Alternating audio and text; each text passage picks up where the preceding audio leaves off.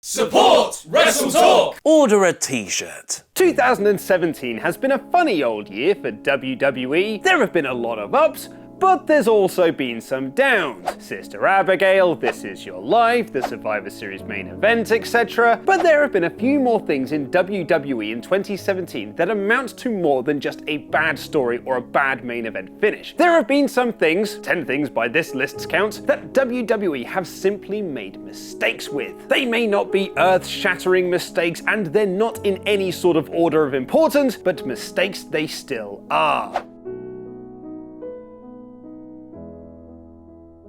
Let's kick off with number 10, and what better mistake to look at than the failure to capitalize on Tye Dillinger's 10 gimmick. Coming out of 2016, there seemed to be no stopping Tye. He was getting a great push in NXT, and his 10 gimmick became one of those chants that moved out of Full Sail and into the main roster WWE audience. 10 chants were everywhere, and so WWE made the right call and gave Tye Dillinger the number 10 spot in the Royal Rumble. That was a good idea. Do you know what a bad idea is? Not capitalizing on that popularity. Instead, sending him back to NXT so that his actual main roster debut a few months later felt flat and anticlimactic. And what's he done since? Not a lot.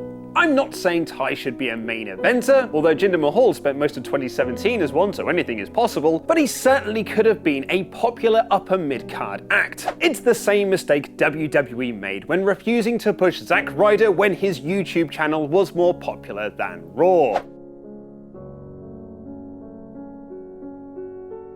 Speaking of popularity, and our number 9 spot is not the continued push of Roman Reigns, but the choices made around his push into being the next guy. WWE seemingly can't help themselves but put Roman into a situation where he's going to get booed out of the building. Case in point, the number 30 spot at the Royal Rumble. Everyone had their own ideas of who was going to be number 30. Could it be a shock return, a nostalgia figure, or maybe even the debut of Samoa Joe? Nope, it was Roman Reigns, who had already wrestled for the Universal Championship earlier in the night. So that doesn't really make a whole lot of sense. And it certainly didn't endear him to an already disinterested crowd. And then he main evented WrestleMania for the 3rd year in a row, retiring The Undertaker. Again, just not the best choice to make people cheer him.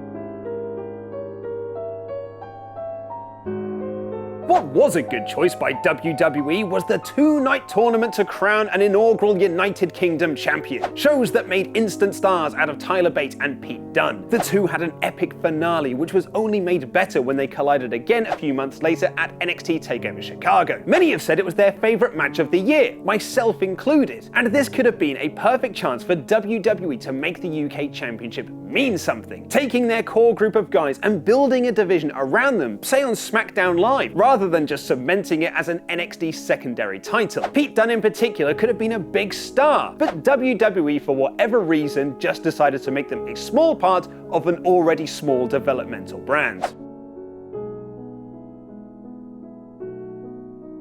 In at number 7, and oh boy, where do we even start with Bray Wyatt's 2017? His Viper in the Family storyline was set to be a highlight of the year, with Randy winning the Royal Rumble, Bray capturing the WWE Championship at Elimination Chamber, and Orton having a great match with former Wyatt family member Luke Harper on that same show. It should have built to a 3-way at WrestleMania, but what we got instead was floor projections. And then after that we got House of Horrors, and then after that a never-ending feud with Finn Balor that nearly ended up with Bray in drag facing the Pumpkin King. A new feud with Woken Matt Hardy has sparked some interest in his character, but WWE really have dropped the ball with Wyatt in 2017. He could have been a huge star, but the company's insistence on dropping the cult leader aspect of his character to instead be a hobo wizard has made him less over. Speaking of not being over, and the number 6 slot in our list belongs to Jinder being unhindered, with WWE crowning Jinder Mahal the 50th WWE champion in 2017. Now the positive around this is that WWE tried to elevate and create a new star while appealing to the ever-growing India market. First problem with that of course is that Jinder isn't from India, and the fanbase saw through that, and secondly, India is a big social media metric but historically famous for not attending wrestling shows in huge numbers. But the big mistake they made was in Jinder's push. Mahal was never given any credibility as champion, cutting awfully scripted promos and never winning clean against big stars like Randy Orton and Shinsuke Nakamura. So his run amounted to loads of pay-per-view main events where he cheated, he never got over, and cut dreadful promos week in, week out on SmackDown Live. A better plan and a better push for Jinder would have helped his WWE Championship run, but they clearly gave up on it towards the end of the year, capping it all off by having him lose to Triple H in India. Just amazing. All of that time could have been spent on building a new star, someone like Shinsuke Nakamura, whose main roster run has been somewhat of a letdown so far. A boring feud with Baron Corbin, a wasteful feud with Jinder Mahal resulting in an almost clean loss at SummerSlam, being eliminated first in the Survivor Series main event, and teaming with Randy Orton and doing little of note at Clash of Champions. The man who tore it up while in NXT against Sami Zayn, Samoa Joe and Bobby Roode feels like a lifetime ago. And you've got to hope that WWE don't repeat the same mistakes of 2017 with Nakamura in 2018. The same can be said for Asuka, whose main roster debut has mirrored Nakamura's in many ways. She came in with a lot of hype for her debut at TLC, but hasn't done anything of note since. She had a great squash match against Dana Brooke, but has found herself too many times looking like just another member of the women's roster. I know a lot of people don't see the problem with WWE's main roster booking of Asuka, but let me put it this way. WWE don't treat Brock Lesnar like this, and Asuka could be their female Brock Lesnar. You could build the women's division around Asuka, which they very well could do in 2018, but late 2017's lackluster run hasn't inspired any confidence. Speaking of building a division round someone, and does anyone else think it was a mistake that AJ Styles wasn't a more featured guy on SmackDown Live this year? Given how over Styles is with the hardcore and casual fans, it seems baffling that he spent the majority of the year floundering in the mid-card while they wasted time on Jinder Mahal. With him closing out 2017 as WWE Champion once again, one has to hope WWE aren't looking to repeat the mistakes of 2017. However, that does require the company to fix the mistake of the next entry on our list.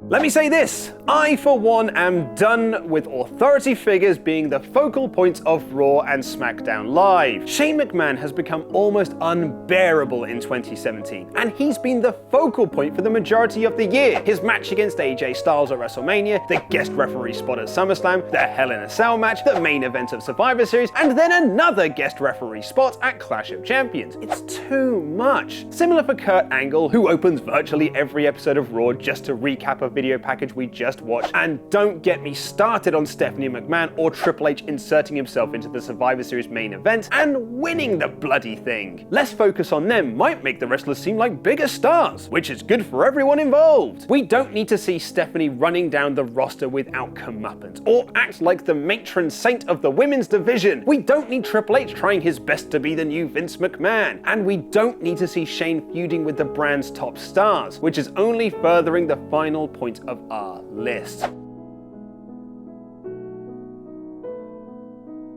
This time last year, it felt like a bad word couldn't be said about SmackDown Live. It was a fantastic show with great wrestling, compelling storylines, and a rich roster that felt deep. The same cannot be said for 2017. It started off well, but an absolute gutting from the Superstar shakeup meant they lost some of their key figures, and they've never quite recovered. There have been so many weeks of SmackDown Live this year, which Ollie and I have described as utterly missable, boring, bland, or forgettable. What have been the big moments of SmackDown Live since the Superstar shakeup? The Kevin Owens and Vince McMahon segment, and, well, that's probably about it. Compare that to Raw with the rise of Braun Strowman, the summer of Ambrose and Rollins, the reformation of The Shield, Absolution's debut, Kurt Angle's illegitimate son, Samoa Joe choking out Paul Heyman, the Women's Royal Rumble announcement, and many, many more. Here's hoping 2018 will be kinder to SmackDown Live, and let's hope WWE have learned from their 2017 mistakes. We've got other great content here on WrestleTalk, so click the videos to the left to find out more, press subscribe, and support WrestleTalk and order the magazine. I have been Luke Owen, and that was just my festive opinion.